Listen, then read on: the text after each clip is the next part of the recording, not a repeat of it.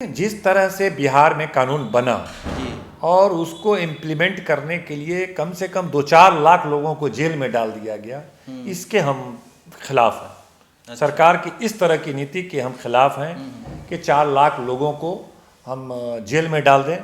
मेरा कहना है कि आपने बंद कर दिया, आप में यह ताकत होनी चाहिए कि बिहार में हम शराब नहीं आने देंगे और नहीं बनने देंगे। अच्छा। दो बात होना चाहिए, बिहार में शराब न आ सकता है, न बिहार में कोई शराब स्वीकृत है।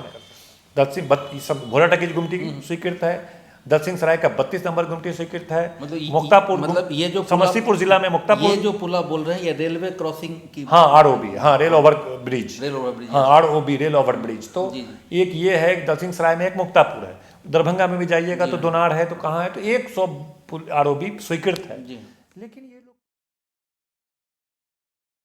नमस्कार दोस्तों, आप देखना शुरू कर चुके हैं बातचीत, और आज के हमारे खास मेहमान हैं जनाब अख्तरुल इस्लाम शाहीन, जो 3 बार से बिहार विधानसभा के मेंबर हैं। और हमने उनसे गुजारिश की कि सर हमें कुछ समय दिया जाए, हम आपसे बात करना चाहते हैं। तो इन्होंने बहुत ही प्यार से, और मैं आज ही सुबह में आया था तो इन्होंने बहुत ही प्यार से बातचीत की और कहा कि ज़रूर, और एक दोस्ताना माहौल हो गया। तो हम लोग इनसे बातचीत कर रहे हैं। शाहीन साहब के बारे में मैं ये बता दूं कि 2010 में जब इन्होंने विधानसभा का चुनाव लड़ा था तो इनका जो पॉलिटिकल बैकग्राउंड है, ये किसी बहुत बड़े राजनीतिक फैमिली से नहीं आते हैं। उसके बावजूद 2010 का इलेक्शन, जिसमें नीतीश कुमार ने पूरा का पूरा बिहार अपना परचम लहराया था और पूरा कवर किया था, उसमें शाहीन साहब ने बिहार समस्तीपुर विधानसभा से अपनी जीत दर्ज की, और तब से लेके अब तक ये लगातार जीतते आ रहे हैं। और जिस समय ये चुने गए थे उस समय मुझे लगता है कि ये बिहार विधानसभा के सबसे यंगेस्ट मेंबर थे, और 28 साल की उम्र में ये विधायक बन गए थे। तो बहुत ही कम उम्र में सक्सेस को देखा और सक्सेस को कैरी फॉरवर्ड किया, ये बहुत बड़ी बात है। ये मैं उन यंग लोगों से मैं कहना चाहूँगा, सर से मैं पूछूंगा भी कि जब आपको कम उम्र में सक्सेस मिलता है तो उसको कैसे कैरी किया जाता है। इसके जीते जाते एग्जाम्पल हैं हमारे शाहीन साहब। तो सर स्वागत है आपका, आपने धन्यवाद समय दिया। सर मैं ये जानना चाहूँगा सबसे पहले कि आपका जो बैकग्राउंड है, आप का जो बचपन है वो कहाँ बीता, कैसे बीता, और आपने शुरुआती जो पढ़ाई लिखाई है वो कैसी रही, और बचपन कैसा था आपका एज अ चाइल्ड। मैं समस्तीपुर शहर के धर्मपुर में ही पैदा हुआ जी, और यहीं मेरा बचपना भी गुजरा, और यहीं छात्र जीवन भी मेरा यहीं रहा, और यहीं शहर के स्कूलों में मैंने मैट्रिक किया, 10th किया, यहीं 12th किया। 12th के बाद कुछ बाहर पढ़ने की कोशिश किया हमने, पटना भी गए, अलीगढ़ भी गए और दिल्ली वगैरह भी गए। तो बाज़ाब्ते ऐसा कुछ मेरा वहाँ एडमिशन नहीं हुआ जहाँ के मैं रेगुलर पढ़ाई कर पाता। और उसी दरमियान यहाँ मैं पॉलिटिकल एक्टिविटीज़ में भी इन्वॉल्व हो गया, बहुत कम उम्र में ही, 20-22 साल की उम्र में, 21 साल की उम्र में भी पॉलिटिकल एक्टिविटीज़ में इन्वॉल्व हो गया। तो मैं ग्रेजुएशन कर रहा था, वो ग्रेजुएशन मेरा कंप्लीट नहीं हो सका, और हम एक्टिविटीज़ में कुछ ज़्यादा आ गए। खेल कूद में आप काफ़ी एक्टिव थे? हाँ, खेल कूद में भी एक्टिविटीज़ था, और सोशल एक्टिविटीज़ भी था, पॉलिटिकल एक्टिविटीज़ भी था। उस समय लालू जी का उदय हुआ था 90 के आसपास, तो 93, 94, 95 में लालू जी का उदय हुआ था।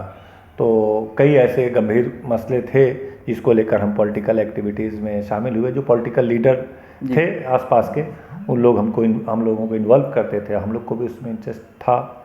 तो इस तरह उसके मेंबर लालू जी के साथ हम लोग उनके विचारधारा से प्रभावित भी हुए थे, उनके कार्यशैली से प्रभावित हुए थे।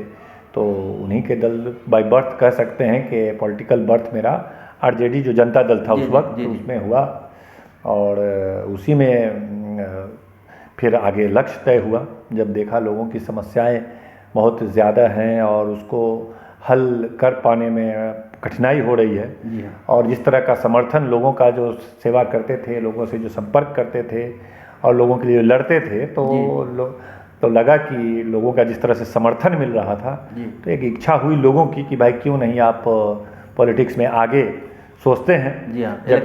जबकि एक बहुत उस वक्त पॉसिबल नहीं लगता था, क्योंकि हमारे डिस्ट्रिक्ट में कभी भी एक तो माइनॉरिटी से कोई आदमी आज समस्तीपुर जिला में कोई नहीं आए थे, इतिहास नहीं है। अच्छा अच्छा। 50 साल सैकड़ों साल आज़ादी के बाद भी कोई नहीं, आज़ादी से पहले भी कोई नहीं, कभी यहाँ इस तरह का कोई माहौल नहीं रहा। हाँ, ऐसा नहीं रहा। लेकिन यहाँ के तमाम जो मेजॉरिटी के तबके हैं उन लोगों का जिस तरह से समर्थन था, तो हम लोग जाके मांग करते रहे पटना वगैरह कि भाई हमको उनके जैसा आदमी चाहिए, उनके जैसा आदमी चाहिए। मौका मिला भी, और सही कहा आपने, एक विपरीत परिस्थिति में बिहार के राजनीतिक इतिहास में आज़ादी के बाद सबसे बड़ा मैंडेट 2010 में ही मिला है। जी हाँ, जी एनडीए को। जी। वो 2010 के जैसा मैंडेट आज़ादी से पहले, आज़ादी के बाद किसी को नहीं मिला, किसी को नहीं मिला। ना कांग्रेस का भी ज़माना था, हमारे नेता का भी ज़माना था, और तो ऐसा मैंडेट मतलब 87% सीट वन साइड गया, और 12-13% में तमाम पूरा विपक्ष 12% पे ही ऐसा रह था गया कि लैंप पोस्ट भी अगर खड़ा कर दिया गया तो वो जीत गया। टोटल 217 सीट जी हाँ, जी हाँ। एक महागठबंधन को तकरीबन गया, और 25 में तमाम दल पूरे विपक्ष। उसमें वैसे विपरीत परिस्थिति में जी हाँ, जी हाँ। और यहाँ पर जननायक कर्पूरी ठाकुर के लड़के, उनकी जगह थी, तो ऐसे विपरीत परिस्थिति में यहाँ की जनता ने मुझे चुना, मुझे बनाया। तो मुझे लगा था कि उस समय यहाँ आपको चुनने के लिए यहाँ की जनता में ये शायद ये सोच आ गया था कि हमें जो लीडर चाहिए वो अपने बीच का चाहिए और यंग चाहिए, जो हमारी बातों को पुरजोर रख सके। अब मैं यहाँ से सर ये जानना चाहूँगा कि आपने पॉलिटिक्स तो ज्वाइन कर लिया, अब आप एक 27-28 साल के लड़के हैं। 27-28 साल का जो लड़का होता है उसकी जो ज़रूरतें हैं, उसकी जो ख्वाहिशें हैं, उसका जो स्टाइल होता है जीने का एक नॉर्मल सा होता है। अब आप विधायक बन जाते हैं, तो पहली बात तो यह है कि जब आप जाते हैं विधानसभा, तो उस समय जिन लोगों को आप देखते हैं दूर से, टीवी पे देखते हैं या पेपर में देखते हैं हम लोग, उन लोगों से आपका आमना सामना होता है, वो आपको मिलते हैं, वो आपसे बात करते हुए दिखते हैं। उस समय आपको कैसा फील हुआ, और जब आपने पहला अधिभाषण दिया विधानसभा के अंदर, उस समय आपकी जो फीलिंग थी वो कैसी थी, और आपको लग रहा था, क्या लग रहा था, वो हम लोग जानना चाहेंगे। देखिए, बेसिकली ये था कि हम तो एक सोशल वर्कर थे। जी हाँ जी। और थोड़ा मोड़ा पॉलिटिकल वर्कर थे, तो वैसी परिस्थिति में, और जब पूरा बिहार एक तरफ से एनडीए के पक्ष में था, जी जी। और समस्तीपुर की जनता ने इस जननायक कर्पूरी ठाकुर के ज़मीन पर उनके बेटा को छोड़ करके मुझे जिताया, ये अपने आप में एक बहुत अद्भुत घटना थी। अद्भुत घटना। और मेरे लिए भी यह एक बड़ी चुनौती के साथ ये सम्मान था कि यहाँ की जनता ने आखिर क्या आशा और उम्मीद हमसे करके यहाँ पर इतनी बड़ी जिम्मेदारी दी। हम एक साधारण परिवार के साधारण इंसान, कम उम्र के थे, और इतनी बड़ी जिम्मेदारी थी, तो इसको हम लोगों ने बहुत ही चैलेंज के रूप में लिया कि अब जनता जिस आशा, जिस उम्मीद, जिस अपेक्षा के साथ मुझे यहाँ का प्रतिनिधि बनाया है, उस पर मैं खरा कैसे उतरूँ, इसको चैलेंज के रूप में लिया। और जो भी बन पड़ता था असेंबली में, सही कहा आपने कि असेंबली में वैसे लोग जिनको हम टीवी पे, अखबारों में पढ़ा करते थे, नाम सुना करते थे, वैसे लोगों से मिलने का मौका मिला, उनकी बातों को, उनके कार्यशैली को समझने का कोशिश भी करते थे, और असेंबली में अपनी बातों को रखने का, क्योंकि बहुत कम विपक्ष के मेंबर थे। जी हाँ, जी हाँ। विपक्ष बहुत छोटा था, और वैसी परिस्थिति में जो विपक्ष को बात रखने का मौका मिलता है, वो मौका ज़्यादा मिलने लगा। वजह ये था कि मेंबर बहुत कम थे। जैसे अभी देखेंगे तो 115 मेंबर तकरीबन विपक्ष में तमाम लोग मिला के लगभग 115 मेंबर हैं। तो अभी टाइम मिलना मुश्किल है। जी हाँ। अभी टाइम मिलना, जैसे राजद के पास ही अगर 80 एमएलए है, तो उसको तय करना होता है कि आज कौन बोलेंगे, तो 2-4 लोग में ही टाइम खत्म हो जाता है। तो आपका टाइम फिर आए तो अभी बहुत मुश्किल है कि आपको मौका मिले। आप चाह रहे हैं बोलना, लेकिन आपको मौका नहीं मिलेगा, क्योंकि बहुत मेंबर हैं, सबको मौका मिलना चाहिए। तो उस वक्त बराबर मौका मिलता था, क्योंकि मेंबर बहुत कम थे, और उसमें भी जो कम मेंबर थे उसमें सब आदमी की बोलने में, अपनी बातों को रखने में रुचि नहीं थी। खासकर कई नए मेंबर थे, तो उसको वहाँ पर अपने क्षेत्र की समस्या को मजबूती से रखने का काम किया। और असेंबली में बोलना और बाहर बोलना, भाषण देना, दोनों बहुत डिफरेंट होता है। वहाँ पे पूरे आंकड़े के साथ, पूरे तथ्यों के साथ बात रखनी होती है, तो पूरा अध्ययन करना पड़ता है। आप किस विषय पे बोल रहे हैं, उसकी क्या स्थिति है, क्या सच्चाई है, क्या आंकड़ा है, रेफरेंस के साथ।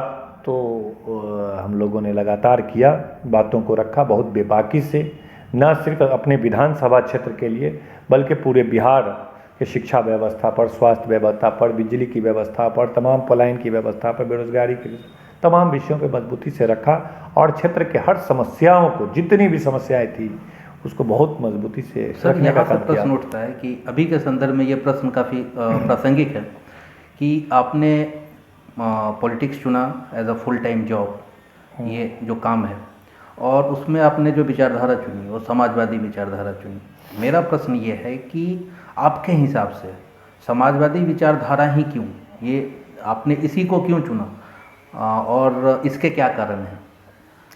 देखिए, जब हम लोग का देश आज़ाद हुआ 1947 में, जो हमारे तमाम स्वतंत्रता सेनानी लोग थे, तमाम लोग थे, गांधी जी भी थे, नेहरू जी भी थे और तमाम लोग थे, पटेल साहब थे और मौलाना आज़ाद थे, अंबेडकर साहब भी थे, तमाम लोग थे, तमाम बुद्धिजीवी लोग, स्वतंत्रता सेनानी लोग बैठे और यह बात हुई कि हमारा देश जो आज़ाद हुआ है वो किस विचारधारा पे काम करेगा।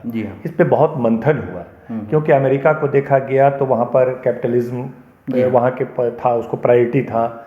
सोवियत संघ में समाजवाद को विचारधारा का था, तो तमाम देशों को देखा गया, लेकिन मेजॉरिटी हमारे देश में जो थी वह समाजवादी विचारधारा का हमारा देश हो, इस पे सहमति थी।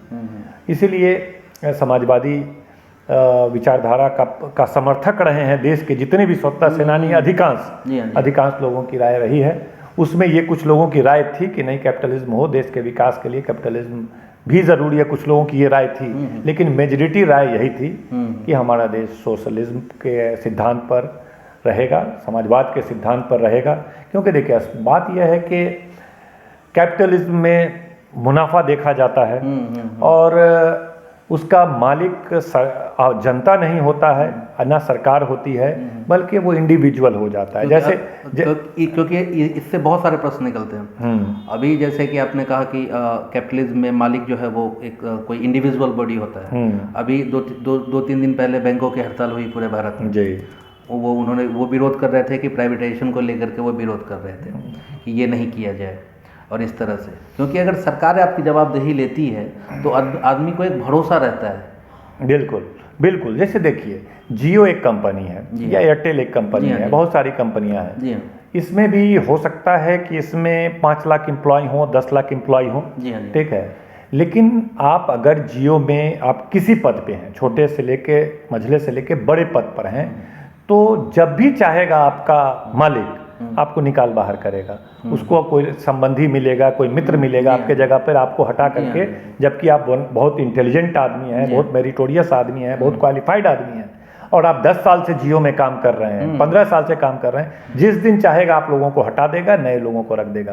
आप सेफ नहीं हैं, आप सुरक्षित नहीं हैं। तो ये बात होता है इसमें। कैपिटलिज्म जो होता है, जो निजी कंपनियां होती है, उनमें ये प्रॉब्लम होता है। कैपिटलिज्म ज़्यादा इसी चीज़ पे ध्यान देता है कि भाई हमको जियो टैक्स दे रहा है, बात खत्म है, बाकी वो क्या कर रहा है उससे मतलब नहीं मैटर। और इसीलिए समाजवाद में स्पष्ट रूप से यह है कि पूरी तरह से जनता का जो सामाजिक अधिकार होता है, सरकार भी एक समाज है, क्योंकि सरकार को समाज ही चुनता है। जैसे राज्य सरकार है, उसको आप एक समाज कह सकते हैं, क्योंकि समस्तीपुर और पूरे बिहार के समाज ने मिल करके उनको चुना है।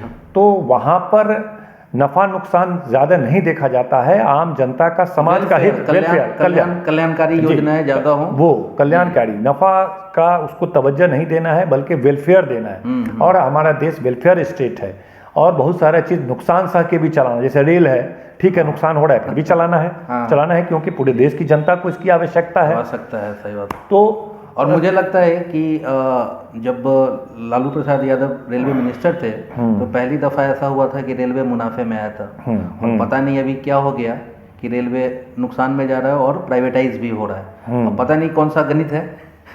नहीं, देखिए, बहुत अफसोस की बात है और बहुत आपने जो अभी सवाल किया है, बहुत ही माकूल सवाल किया है कि हम लोग समाजवाद का समर्थन इसलिए करते थे कि पूरी तरह सरकार का नियंत्रण होगा।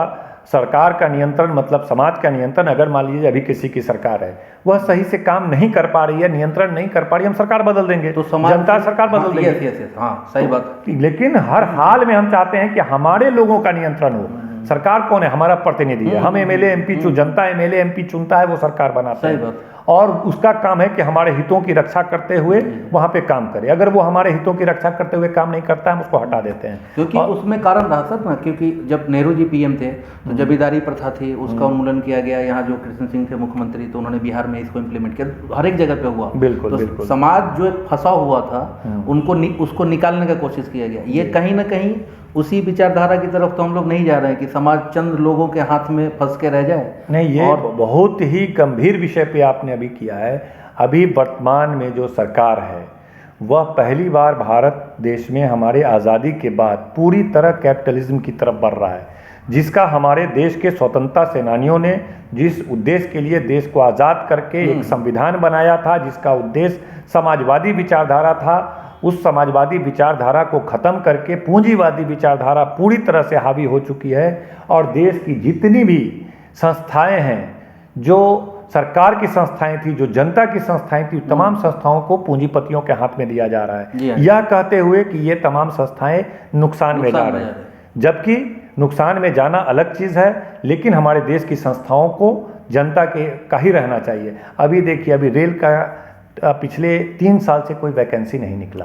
6 लाख अभी तक उसमें जो पद स्वीकृत थे 15 लाख में 6 लाख पद खत्म हो गए, जो रिटायर करते हुए चले गए। और कोई वैकेंसी 18, 19, 20, 21 में कोई वैकेंसी रेल में नहीं निकला। आज जहां 15 लाख लोगों की आवश्यकता थी, 9 लाख लोगों पे काम हो रहा है। और तमाम चीज़ों को बीएसएनएल को बेचा जा रहा है, रेल को बेचा जा रहा है, एयरपोर्ट वाला तमाम चीज़, रोड से लेकर के जितनी भी देश की संपत्ति थी जो जनता के कल्याणकारी, ये सब निजी हाथों में चला जाएगा। जब निजी हाथों में चला जाएगा तो किसी का नौकरी सुरक्षित नहीं रहेगा।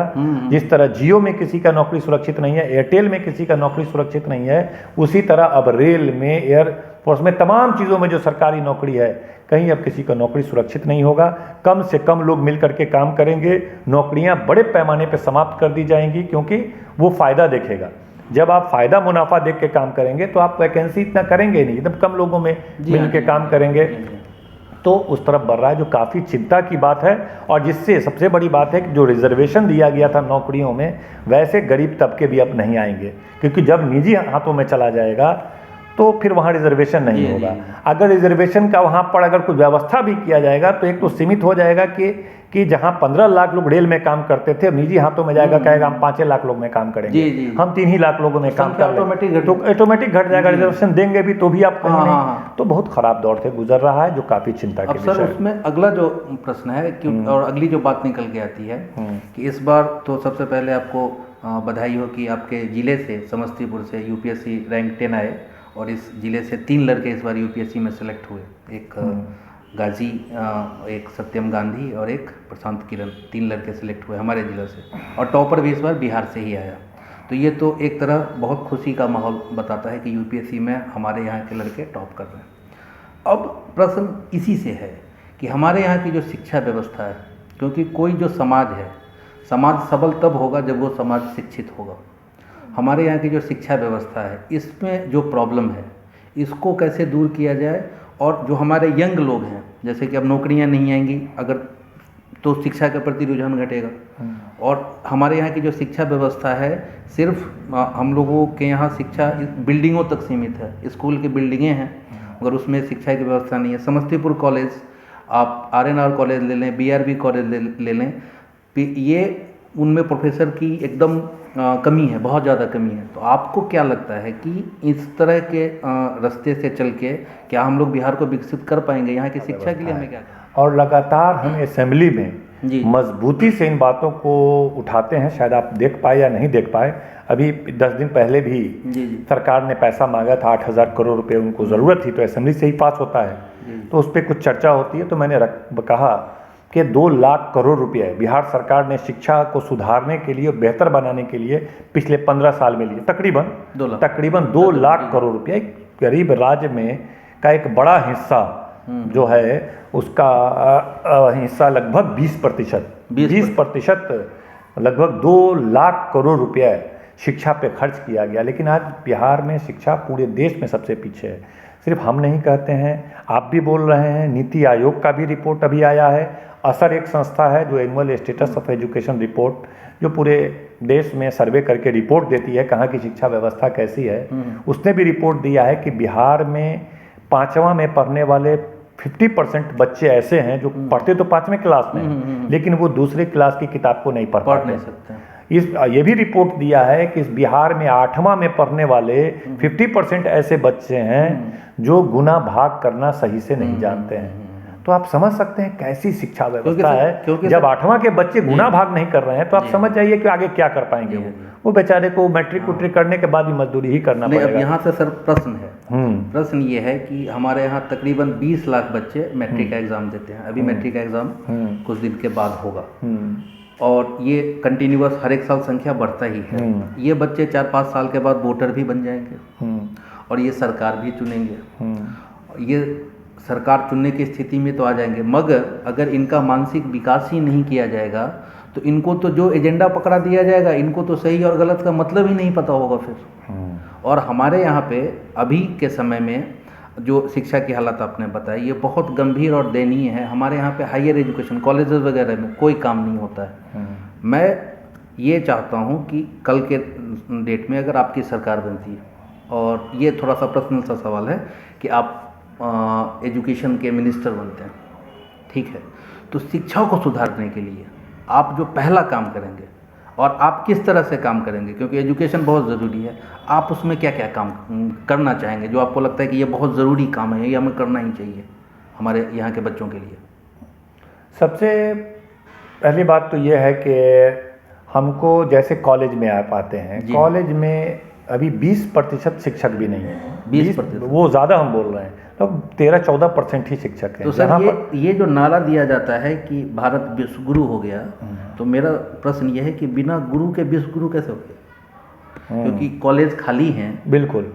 और पिछले 15 साल से जो वर्तमान सरकार है, भले वो अखबार को मैनेज करके, मीडिया को मैनेज करके सुशासन सरकार, विकसित बिहार और ये वो कहे, लेकिन सबसे बड़ी बात है कि विकसित बिहार के लिए सबसे बड़ी चीज़ है कि आप अपने लोगों को शिक्षा दें।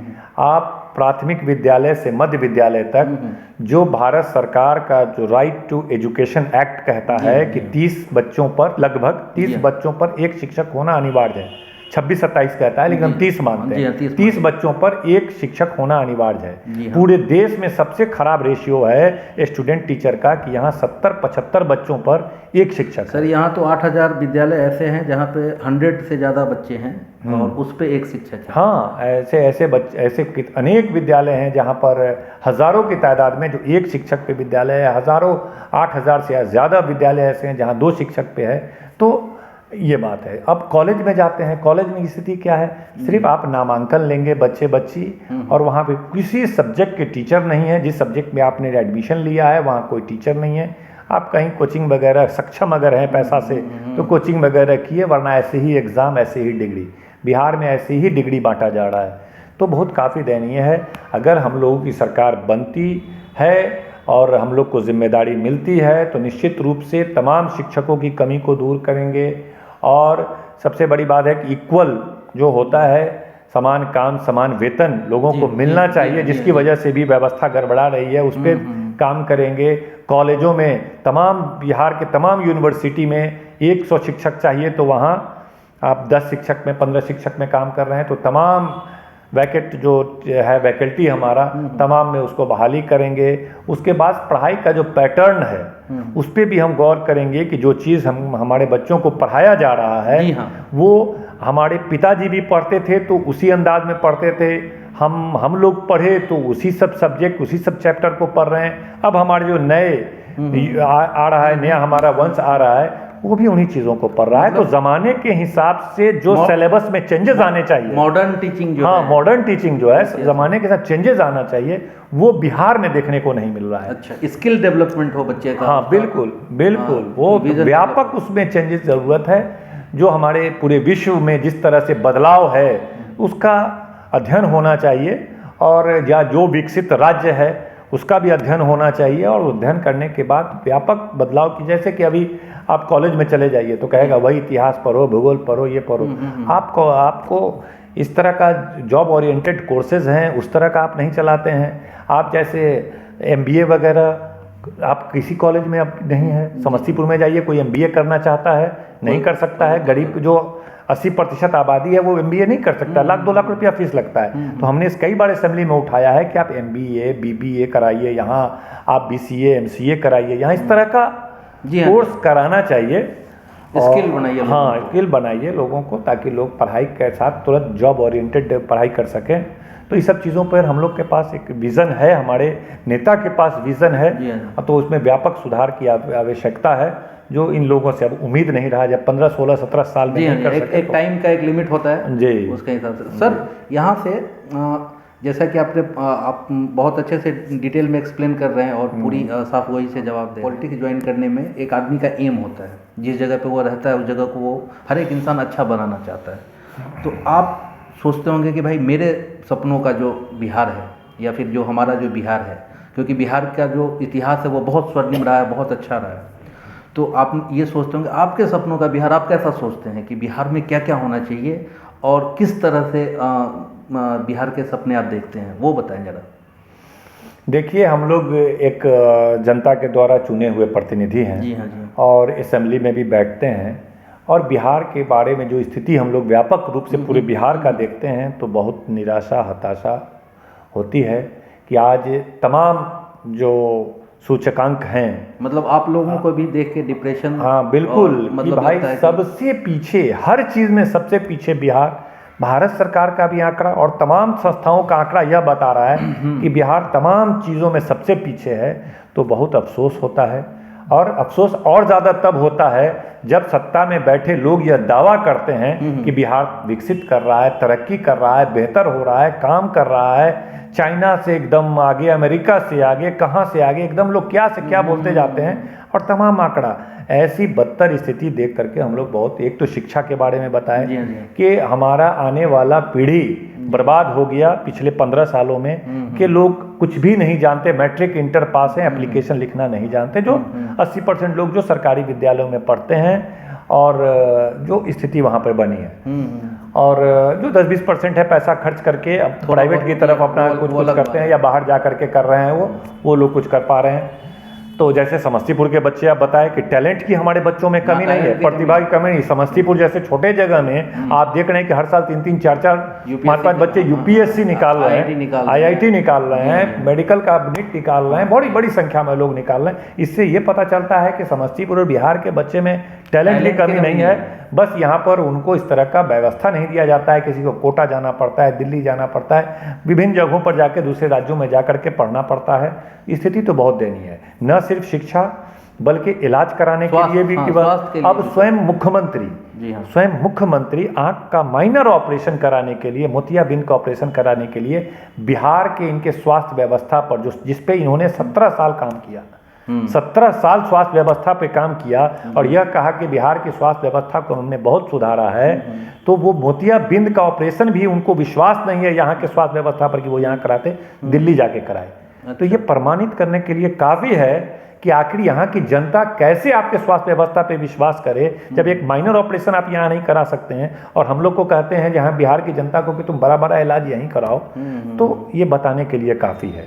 दूसरा है कि बेरोजगारी यहाँ पर इतनी ज़्यादा है कि हर की एक मजदूरी के लिए भी 300, 400, 500 रुपया का काम की व्यवस्था बिहार में नहीं है, जिसकी वजह से लोग प्रदेश में जा करके 10,000, 12,000, 14,000 रुपया महीना, 15,000 कमाते हैं। 15,000, 14,000 कमाने का मतलब 400, 500 रुपया रोज, मतलब 400 रुपया रोज कमाने की व्यवस्था बिहार के लोग को नहीं है, जिसकी वजह से प्रदेश में जाके वो अपमान की जिंदगी भी जीना पड़ता है, बहुत कष्ट की जिंदगी भी कंप्रोमाइज करना पड़ता है, कष्ट की जिंदगी जीना पड़ता है। और लोग 10, 12, 15,000 कमाने के लिए बड़ी संख्या में लोग बाहर पलायन करते हैं, करोड़ों की तादाद। अब पढ़ने के लिए बाहर जा रहे हैं, इलाज के लिए बाहर जा रहे हैं, काम करने बाहर जा रहे हैं, कमाने के लिए बाहर जा रहे हैं। तो कोई उद्योग कल कारखाना बिहार में 15-17 साल में कहीं एक बताइए आप, समस्तीपुर जिला ही में उठा करके देखिए, चीनी मिल बंद था, उसको कितना बार आवाज उठाया, नहीं, जूट मिल की वही स्थिति है, तमाम पेपर मिल था, तमाम तरह का चीज, तो कहीं कुछ भी नहीं, कोई दृष्टि नहीं, कोई विजन नहीं, कोई काम नहीं इन सब चीजों पर। जैसे एग्रीकल्चर में हम लोग के यहाँ एग्रीकल्चर मेन ये है काम है, यहाँ खेती बहुत अच्छी होती है और अलग अलग तरह की खेती है। अब यहीं से गेहूं जा करके कहीं जाता है, वहाँ से फिर बिस्किट बन के या कुछ और बन के, मैगी बन के, बिल्कुल नूडल बिल्कुल बन के, बिल्कुल ये बिल्कुल। फिर से यहाँ पे आता है। मतलब बिहार के बारे में कहते हैं कि यहाँ जो बाहर से ट्रक आते हैं वो सामान से लदे आते हैं और यहाँ से खाली जाते हैं। तो अगर कोई स्टेट सिर्फ कंज्यूम ही करेगा, अपना सामान कुछ बाहर भेजेगा ही नहीं, और बिहार में फूड का जो इंडस्ट्री है इसकी बड़ी संभावना है, क्योंकि फूड को लेकर के हम लोग बहुत अच्छी स्थिति में है। हमारे यहाँ फल भी बहुत सारे होते हैं, बिल्कुल। हमारे यहाँ चावल है, गेहूं है, अलग अलग तरह की किस्मों की फसल होती है। नहीं, कई बार इस विषय पर कई बार असेंबली में मैंने बात किया है, मजबूती से बातों को रखा है कि सपोज कीजिए कि बगल में मखाना का हमारे यहाँ बहुत बड़ा उत्पादन होता है, मधुबनी दरभंगा साइड में, मुजफ्फरपुर में जाइए तो लीची वगैरह का बहुत पैमाने पर होता है, और हर जगह पे हमारे यहाँ बहुत तरह का उत्पादन होता है। रीजनल आम है हमारे, रीजनल आम बहुत है। तो इस तरह का बहुत सारा ऐसा है जिसका हम बड़े पैमाने पे काम कर सकते हैं। अब देखिए हमारे यहाँ जैसे मकई होता है, उसी मकई को लोग पॉपकॉर्न बना करके 2 रुपए के मकई को वो 20 रुपया में, 50 रुपया में बेच देते हैं। तो इस तरह का चीज़ है, इस तरह का चीज़ है। आलू हमारे यहाँ किसान बेचारे को 2 रुपया नहीं ठीक से मिलता है, और उसी को चिप्स बना के वो 20 रुपये, 30 रुपये, 50 रुपया में 1 किलो को बना करके 100 रुपया में बेच देते हैं। तो मेहनत करता है किसान, पूंजी लगाता है किसान, लेकिन कमाने वाले दूसरे जो पूंजीपति लोग हैं यहाँ से सामान ले जा करके कहीं दूसरे प्रदेश में वो लोग काम करते हैं, कमाते हैं। और कहते हैं कि किसानों को लेकर बहुत काम किया जा रहा है, मगर अभी समस्या ये है कि किसान की धान की फसल तैयार है और उनके पास कोई ढंग का जगह नहीं है जहाँ पे वो अपना सामान या फिर अपना धान जो है वो बेच सके। तो ये भी यहाँ पर माइक्रो लेवल पे इंडस्ट्री का को काम करना चाहिए, इसमें किसान लोग उससे लाभान्वित हों, और ख़ास तौर से कृषि आधारित उद्योग के बारे में, हाँ, उस पर बड़े पैमाने पर इस तरह का काम होना चाहिए। तो बड़ा अफसोस है कि हम लोग इस बार मौका मिलता, हम लोग को उम्मीद था कि एक बार नेता प्रतिपक्ष जो अभी हैं तेजस्वी जी, अगर वो सत्ता में आते तो हम लोग इन सब चीज़ों पर, किसान पर, कृषि पर, उद्योग पे, कल कारखाने पे, पलायन पे, अच्छी शिक्षा पे, स्वास्थ्य पे, हम लोग व्यापक रोजगार पे, लोगों को ज़्यादा से ज़्यादा रोजगार मिल सके, इन सब चीज़ों पे काम करने का एक व्यापक दृष्टिकोण हमारे नेता के पास और हम लोगों के पास था और है। और बड़ा अफसोस है कि हम लोग सिर्फ बातों को असेंबली में रख पाते हैं, लेकिन उस पर इम्प्लीमेंट तो करना तो गवर्नमेंट का, क्योंकि होता क्या, गवर्नमेंट की जिम्मेदारी है। क्योंकि लोग ये समझते हैं कि आप इलेक्शन जीत गए, आप विधायक हैं, आप से लोगों की उम्मीद भी बहुत रहती है, मगर आपको भी लगता होगा कभी कभी कि ये जो चीज़ है ये मैं करना चाहता हूँ मगर ये हो नहीं पाया। जैसे कि फॉर एग्जांपल कि मेडिकल कॉलेज एक आप चाहते थे कि ज़िले में हो, वो मेडिकल कॉलेज जिला मुख्यालय से दूर चला गया, थोड़ा सा पता नहीं उसकी क्या स्थिति है, कितना काम हुआ नहीं हुआ है। तो आप जैसे कि ये चाहते हैं कि एक मेडिकल कॉलेज अगर यहाँ होता तो यहाँ के जनजीवन पे, यहाँ के लोगों के इस पे, स्वास्थ्य पे और सुविधाओं पे तो बहुत फ़ायदा मिलता।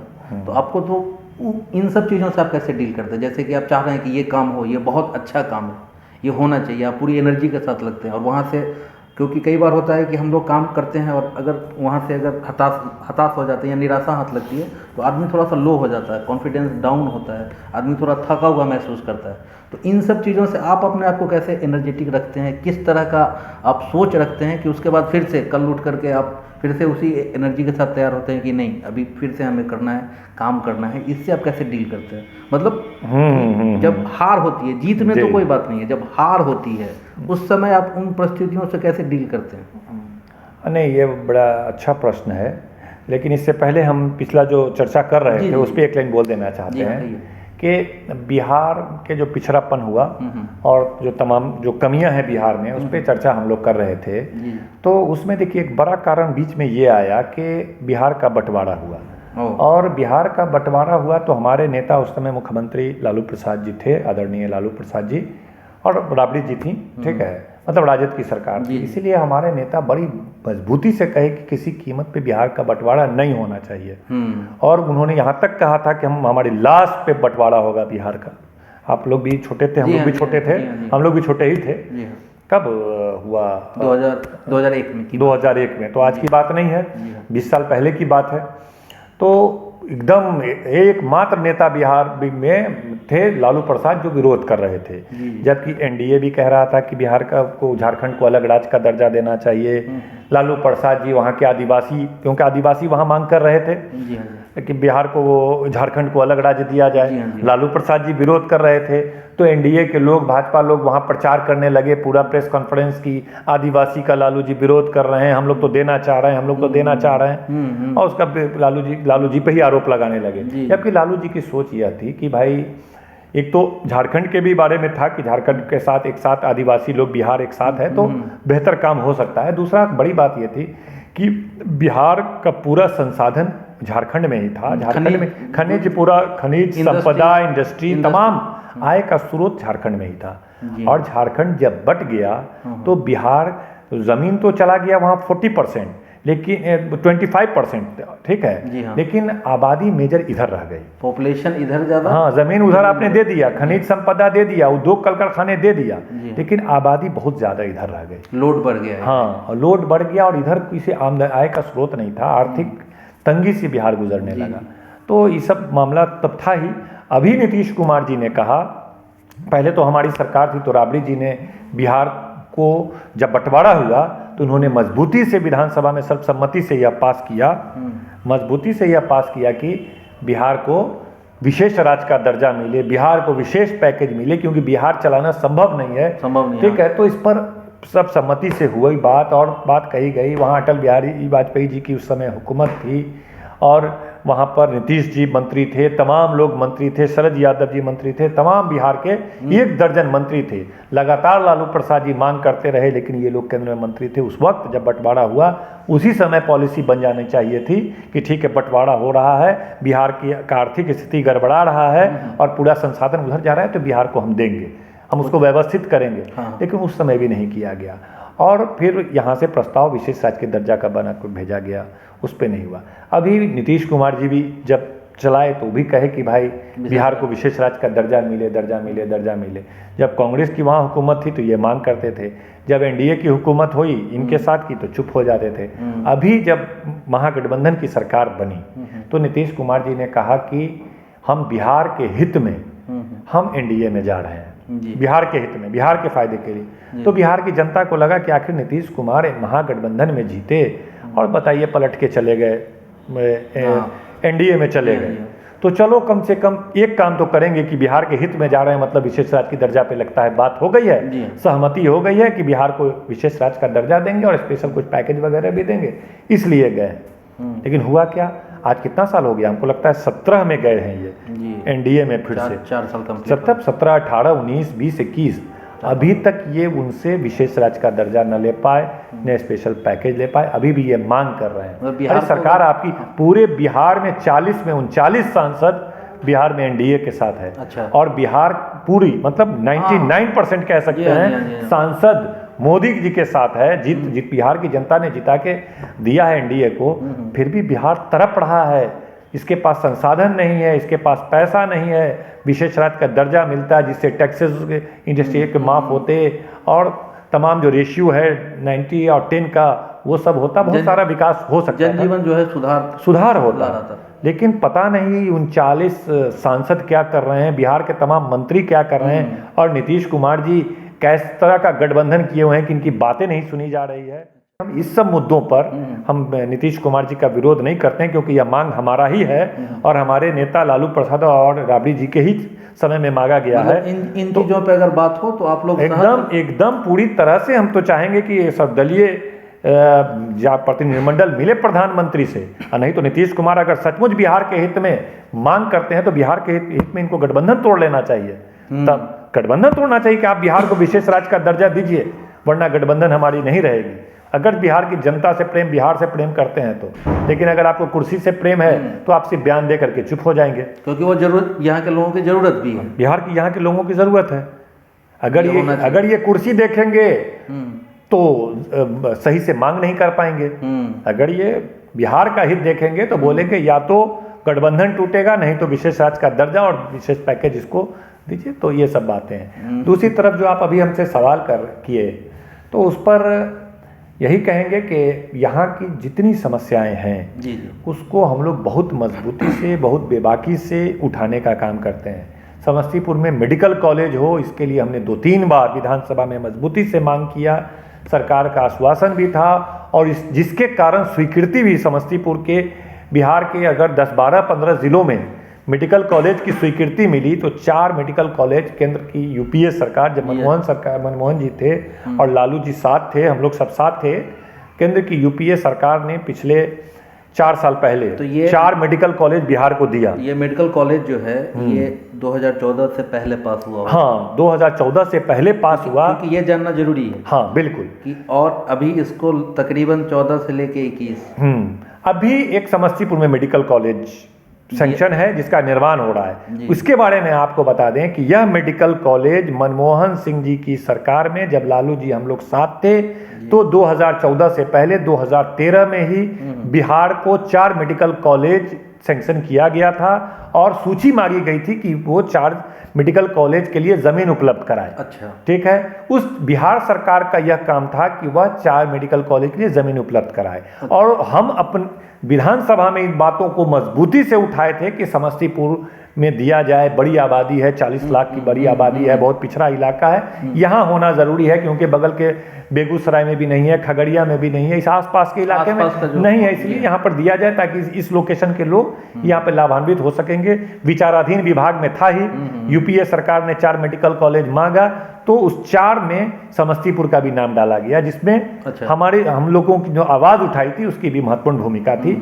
लेकिन हुआ क्या, 4-5 सालों तक, तब मोदी जी की भी सरकार केंद्र बन गई, और 4-5 साल गुजर गए, और नीतीश सरकार 4 मेडिकल कॉलेज के लिए ज़मीन उपलब्ध नहीं करा पाई। समस्तीपुर में भी बहुत हुआ, कभी देवखाल चौड़ दिया गया, फिर वहाँ पे रोक लग गया, फिर यहाँ पर एक ज़मीन है, हाउसिंग बोर्ड की ज़मीन है, वो दिया गया, और कहीं का दिया गया। तो हर ज़िला में, चारों ज़िला में कुछ न कुछ लिटिगेशन होते हुए 4-5 साल लग गए। अच्छा। और 4-5 साल के बाद चलिए, हम लोग चाह रहे थे कि जिला मुख्यालय में मेडिकल कॉलेज हो, सारी प्रक्रियाएं पूर्ण हो चुकी थी, लेकिन अब सरकार उनकी है, मर्जी उनकी है, वो चाहे जंगल में खोजें, वो चाहे नदी के, गंगा नदी के ढाब में खोलें।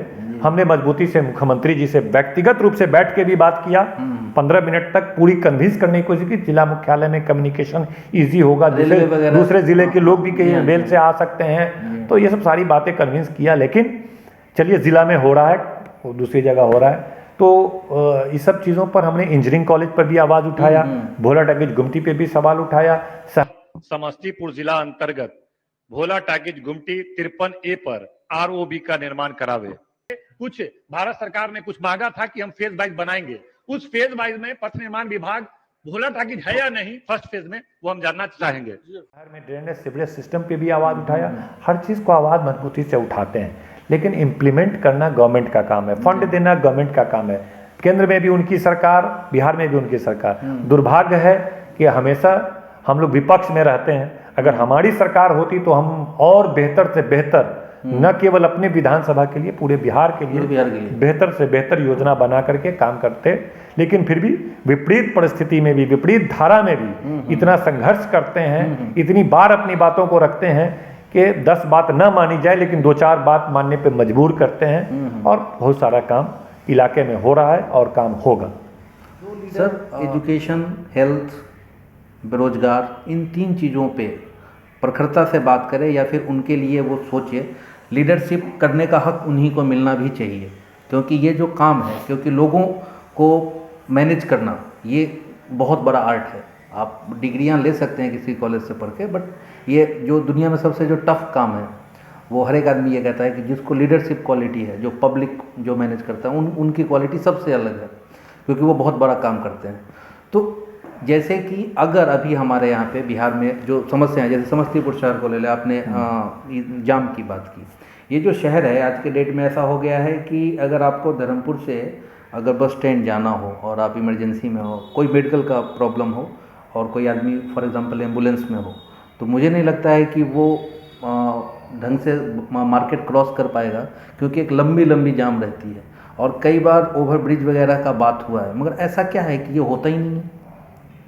ऐसा कुछ तो कारण होगा ना कि आखिर यहाँ पे बन नहीं सकता, या फिर कहीं और भी अगर बन सकता है तो क्यों नहीं बन रहा है, इसका कारण आपको क्या लगता है?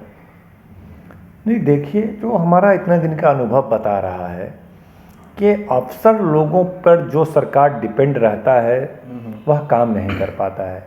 अब अफसर लोग के ही इसके ही बातों पर हमारे नेता लोग अब चलने लगे हैं। ये डेमोक्रेसी के कमजोर होने का निशानी है। मतलब नौकरशाही जो है हाँ, पूरी तरह से लोकशाही पे हावी हो हाँ, रहा है। उसी पे हावी हो गए। अब सीएम है या पीएम है या कोई है, हम किसी पे व्यक्ति आक्षेप नहीं लगा रहे जी हैं। हाँ। वो लोग के इर्द गिर्द जो इतने बड़े बड़े अधिकारी लोग होते हैं, बस उसी से घिरे रहते हैं, उन्हीं की बातों को सुनते हैं, उन्हीं की बातों को समझते हैं, और उन्हीं के द्वारा जो भी चीज़ बनाया भी जाता है, कानून बनाना, ये बनाना, वो बनाना, तमाम चीज़ें जो है, जी हाँ, जी। या पॉलिसी बनाना, डेवलपमेंट का स्कीम बनाना, सब वही लोग करते हैं। उसको इम्प्लीमेंट करना सारा वही लोग करते हैं। और वो लोग का गति ऐसा है कि उनको मतलब नहीं है कि जनता त्राहिमाम करे, जनता मर रही है, जनता को कठिनाई हो रही है। अब सही बताया आपने, जैसे पुल ही लीजिए, ये पुल का मामला लालू जी जब थे तभी रेल मंत्री, तब ये स्वीकृत हुआ है। अच्छा। और बिहार में 17 साल में, अभी मेरा एक देखिएगा वीडियो, अभी असेंबली में मैंने 15 दिन पहले बात किया था, 2-2, 3-3 मंत्री खड़े हुए, जवाब नहीं दे सके मेरी बातों का, कि 15 साल से आपकी सरकार है, 17 साल से बिहार में एक पुल नहीं बना सके। बिहार में लगभग 100 पुल स्वीकृत है। सब भोलाटाकी गुमटी की स्वीकृत है, दलसिंह सराय का 32 नंबर गुमटी स्वीकृत है, मतलब मुक्तापुर, मतलब ये जो समस्तीपुर जिला में मुक्तापुर, ये जो पुला बोल रहे हैं ये रेलवे क्रॉसिंग की। हाँ, आरओबी, हाँ, rail over bridge, rail over bridge, हाँ, आरओबी, रेल ओवर ब्रिज। तो एक ये है, एक दलसिंह सराय में, एक मुक्तापुर है, दरभंगा में भी जाइएगा तो दोनार है, तो कहाँ है, तो 100 आरओबी स्वीकृत है। लेकिन ये लोग कुछ नहीं, ना भारत सरकार वहाँ से, इसमें 50-50% पैसा लगता है। 50% पैसा स्टेट गवर्नमेंट देती है अप्रोच और मेन रेल एरिया के लिए, 50% पैसा रेल डिपार्टमेंट देती है। अच्छा। तो ये लोग का इसी तरह से भी लगातार हमने उठाया है, असेंबली में हिलाया है सरकार को, तब सरकार के प्रतिनिधि गए हैं दिल्ली और वहाँ के रेल मंत्री से बातचीत हुई है, और उसने कहा है कि ठीक है, फेज वाइज, एक बार में तो नहीं 100 पुल बनाएंगे, फेज वाइज बनाएंगे, 20 पुल का स्वीकृति देते हैं। तो इस पर भी हम हल्ला किए कि 20 पुल में हमने हल्ला करके आपको दिल्ली भेजा है, तो मेरा पुल है कि नहीं है, तो उस पर चुप हो जाते हैं। उसका मतलब शंका है। अच्छा, मतलब उस पर अभी भी चुप्पी? हाँ, उस पर चुप्पी है कि आप 20 पुल हम बना रहे हैं, फेज वाइज बना रहे हैं, इस साल नहीं तो अगले साल आपका हो जाएगा। मतलब यूँ कहे कि समस्तीपुर के लोगों को अभी जो गुमती का जो स्वाद है ये चखते रहना पड़ेगा। हाँ, तो ये स्थिति है। अभी शहर के लोगों ने देखा होगा, अभी असेंबली में जो विभाग को देखते हैं, आरओबी को देखते हैं, पथ निर्माण के मंत्री और भी लोग, और मंत्री, सारे मंत्री से मेरा किस तरह डिस्कशन हुआ एकदम। तो ये स्थिति है। अब आप जाम की बात कर रहे हैं, जाम पूरे बिहार के हर शहर में जाम से गुजरना पड़ रहा है। क्या बैठे नेता लोग कर रहे हैं, बड़े बड़े नेता लोग, मुख्यमंत्री लोग क्या रिपोर्ट मांग रहे हैं, क्या प्रशासन रिपोर्ट दे रहा है, क्या विभाग काम कर रहा है। अरे हर जगह बाईपास होना चाहिए, हर जगह ओवर ब्रिज बनना चाहिए। दुनिया कहाँ से कहाँ चला गया, और हमारे यहाँ क्या स्थिति है। ये जो रेल का ट्रैक ये होता है गुमटी, जी हाँ, ये कब बना था, गौर कीजिए, इसके इतिहास में जाइए। जब 100 साल पहले जब अंग्रेज आए थे, जब रेल बना था, तो जितने भी थे सब जगह रेल पर ये दिया गया, गुमटी बनाया गया, रेलवे क्रॉसिंग बनाया गया, ताकि कोई एक्सीडेंट, दुर्घटना ना हो। और आज आबादी कहाँ से कहाँ चला गया, और गाड़ी की संख्या कहाँ से कहाँ चली गई, और आप इतनी बड़ी आबादी को आप रोक दे रहे हैं आधा घंटा। दिन भर में आप 12 घंटा गुमटी बंद रखते हैं, 12 घंटे। अब 12 घंटे में कितने वक्त आपका बर्बाद होता है। ये ह्यूमन रिसोर्सेज है। अगर आप जाने में फंसे आधा घंटा, आने में फंसे 1 घंटा, तो आप देश के संसाधन हैं, और आप 1 घंटा देश के लिए काम करते, किसी ऑफिस में काम करते या जहां भी काम करते, तो देश के निर्माण में आपकी भूमिका होती है। बिहार में अभी शराबबंदी है, तो आपको लगता है कि ये जो शराबबंदी है, क्या ये सही मायनों में इम्प्लीमेंटेड है, इसका फ़ायदा है, या फिर समाज को इसके फ़ायदे की जगह नुकसान हो रहा है? आपको क्या लगता है? नहीं, देखिए, शराब तो बुरी चीज़ है। मेरा व्यक्तिगत भी मेरी राय है, और मेरी पार्टी ने भी शराबबंदी का समर्थन किया था। और मेरी व्यक्तिगत राय भी यही है कि शराब बुरी चीज़ है, समाज में बुराई को फैलाता है, नशा जो है, और ये सब चीज़ समाज में ख़त्म होना चाहिए। कानून बनना तो एक अलग चीज़ है, कि कानून बना, कानून बने ना बने, नैतिक स्तर पे ये सब चीज़ नहीं होनी चाहिए। समाज की ये बुराई है कि हमारे घर में, हमारे समाज में 150 लोग पीते खाते हों और उससे भागते हों, गलत हरकत करते हों। तो ये भी सही है कि बहुत सारे लोग लेके भी गलत हरकत नहीं भी करते हैं, ठीक है, लेकिन लेने के बाद बहुत सारे लोग करते भी हैं, तो भाग जाते हैं कुछ ज़्यादा लेने पर। अब पढ़े लिखे समझदार लोग हैं तो एक मात्रा में लेते हैं तो नहीं होता है। तो वैसा चीज़ का हम उपयोग ही क्यों करें जिसको लेके भाग सकते हैं, गलत काम हो सकता है, अपराध हो सकता है, कुछ भी हो सकता है। इसलिए एकदम पूरी तरह से शराबबंदी नहीं, इसका उपयोग नहीं होना चाहिए, इसके समर्थक हम रहे हैं। जी हाँ।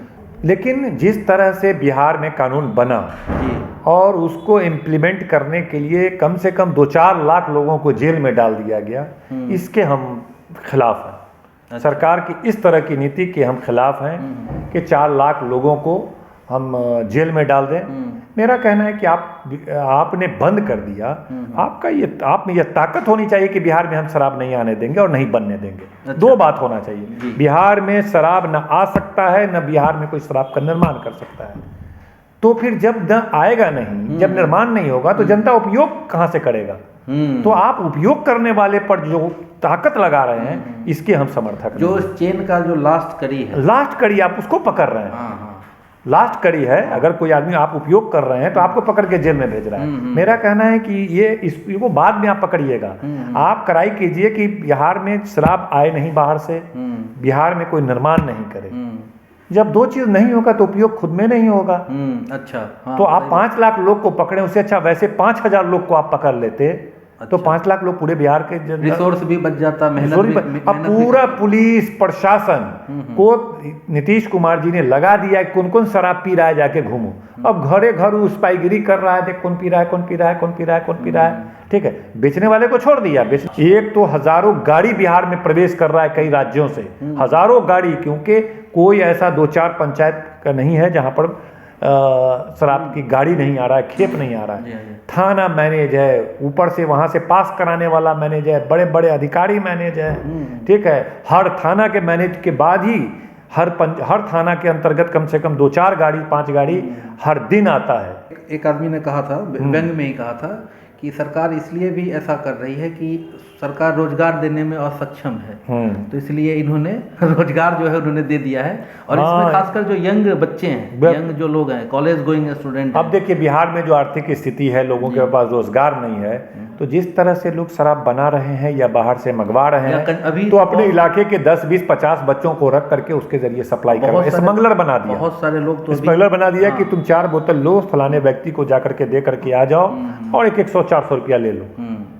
तो अब लोगों का कमाई हो गया। वैसे 10, 20, 50 लोगों का हर पंचायत में जो जाएंगे वो फलानी जगह पहुंचाएंगे और उनको 500 रुपया मिल जाएगा, करेगा 1000 बर्बाद हो रहा है। तो जनरेशन बर्बाद। हमारा बच्चा स्मगलर हो रहा है, देख रहा है इलीगल काम, पुलिस से बचते हुए कैसे करना है, कैसे कमाना है। कल होकर के वो गलत लाइन में बढ़ जाएगा, वो ट्रेंड हो जाएगा कि गलत काम कैसे करना है, पुलिस से बचना कैसे है। तो ये बड़ी और उसकी सोच वैसी हो जाएगी कि उस तरह से। तो असल यह है कि हम नीतीश कुमार जी को इम्प्लीमेंट जो जिस तरह से ये कर रहे हैं शराबबंदी को, उसके समर्थक नहीं है। और कोई बड़े अधिकारी पर ये कार्रवाई नहीं कर सके। कहाँ का एसपी, कहाँ का आईजी, कहाँ का डीआईजी, कौन लोग मिला हुआ है जो इतनी बड़े पैमाने पर दारू का खेप बिहार में प्रवेश कर रहा है, गाड़ी पे गाड़ी आ रहा है। आप मशीन नहीं लगा सकते थे? जितना मेन रोड है एक स्कैनर लगा देते जिसमें गाड़ी के अंदर क्या है वो पता चल जाता है। अच्छा, तो आप वो लगाते, आप जो 5-5 लाख लोग को जेल में बंद करके रख दिया, उससे अच्छा है आप लगाते कितना का मशीन आता है। जितना भी बिहार में प्रवेश करने वाली सड़कें हैं सब पर स्कैनर मशीन हो, कौन सामान जा रहा है उसे और भी पता चलेगा,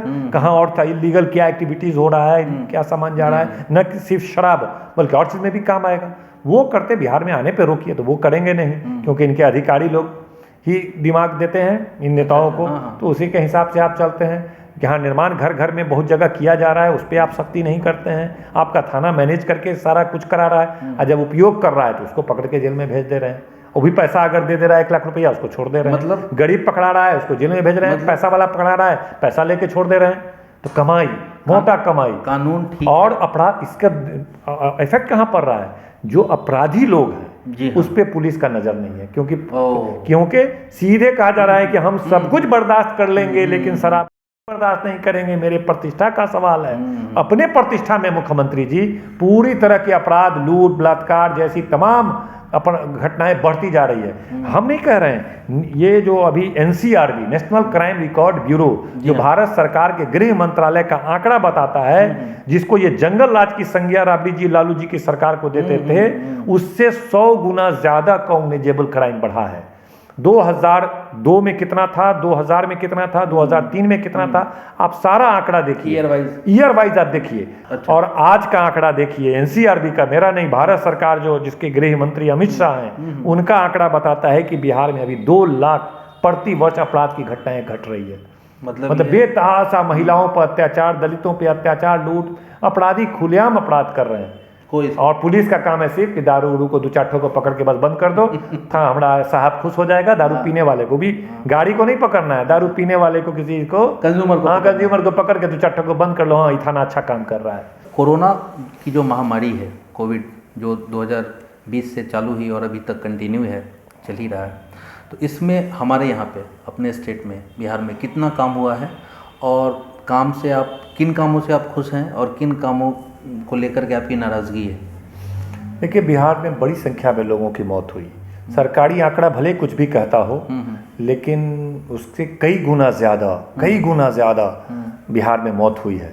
लोग अस्पताल नहीं जा सके, घर पे ही रहे, घर पे ही इलाज, क्योंकि अस्पताल में जाने पर और स्थिति बदतर होती थी, सरकारी व्यवस्था वगैरह सही नहीं था।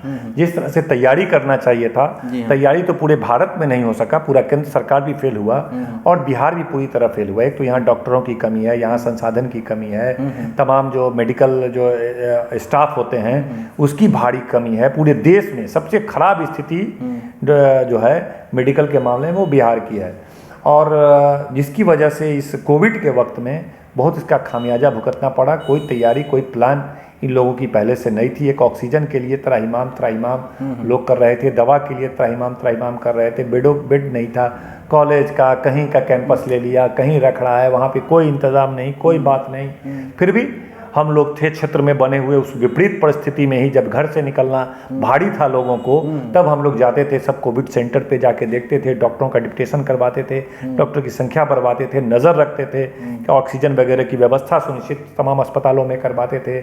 तो ये सब चीज़ था। और उसके बाद दूसरा भी वेव आया, अब तीसरे वेव की स्थिति है। जी हाँ। और दूसरा वेव में भी आने के बाद 1 साल का वक्त मिला, तब तक तैयारी सरकार नहीं कर सकी, फिर तीसरा बार आया है। और हम लोग लगातार मजबूती से इन बातों को उठाए हैं, रखे हैं। और अभी जो सरकार का आंकड़ा है वो बिल्कुल गलत आंकड़ा है। और सरकार जो मरने वाले को जो मुआवजा एक देती है 4 लाख रुपया, उसमें भी ऐसे बहुत सारे हजारों ऐसे लोग हैं जो सरकारी अस्पताल में गए और उनकी इलाज हुआ, इन्फेक्शन हुआ, CT स्कैन हुआ, उनकी मौत हो गई, कोरोना का जो प्रोटोकॉल है उसके तहत दाह संस्कार हुआ। अब वो जा रहा है कि हमको सर्टिफिकेट दीजिए, हमको मुआवजा दीजिए, तो कहते हैं तुम्हारी मौत कोविड से नहीं हुई। तो भैया कोविड वार्ड में रखा क्यों? कोविड का दवाई चलाया क्यों? आप कोविड प्रोटोकॉल से उसका दाह संस्कार कराया क्यों? तो इस तरह की बहुत सारी बातें हैं। और सरकार को पूरी मुस्तैदी के साथ डॉक्टरों की बहाली करनी चाहिए, बड़ी संख्या में स्वास्थ्य व्यवस्था में सुधार करना चाहिए। और इस तरह की कभी भी कोई बीमारी आ सकती है सामने, उसके लिए मुकाबले के लिए तैयार रहना चाहिए। तो ये सब है। उम्मीद करते हैं हम लोग असेंबली वगैरह में इन बातों को उठाया है और उम्मीद करते हैं कि इस दिशा में भी काम होगा। बहुत ही खूबसूरत बातचीत हो रही है हमारी। वैसे इच्छा तो नहीं है कि इस बातचीत को यहीं रोका जाए, मगर समय की पाबंदी है। Sir, thank you very much. धन्यवाद आपका, बहुत अच्छा समय दिया और आगे शुभकामनाएं आपको। चलिए, थैंक यू, धन्यवाद।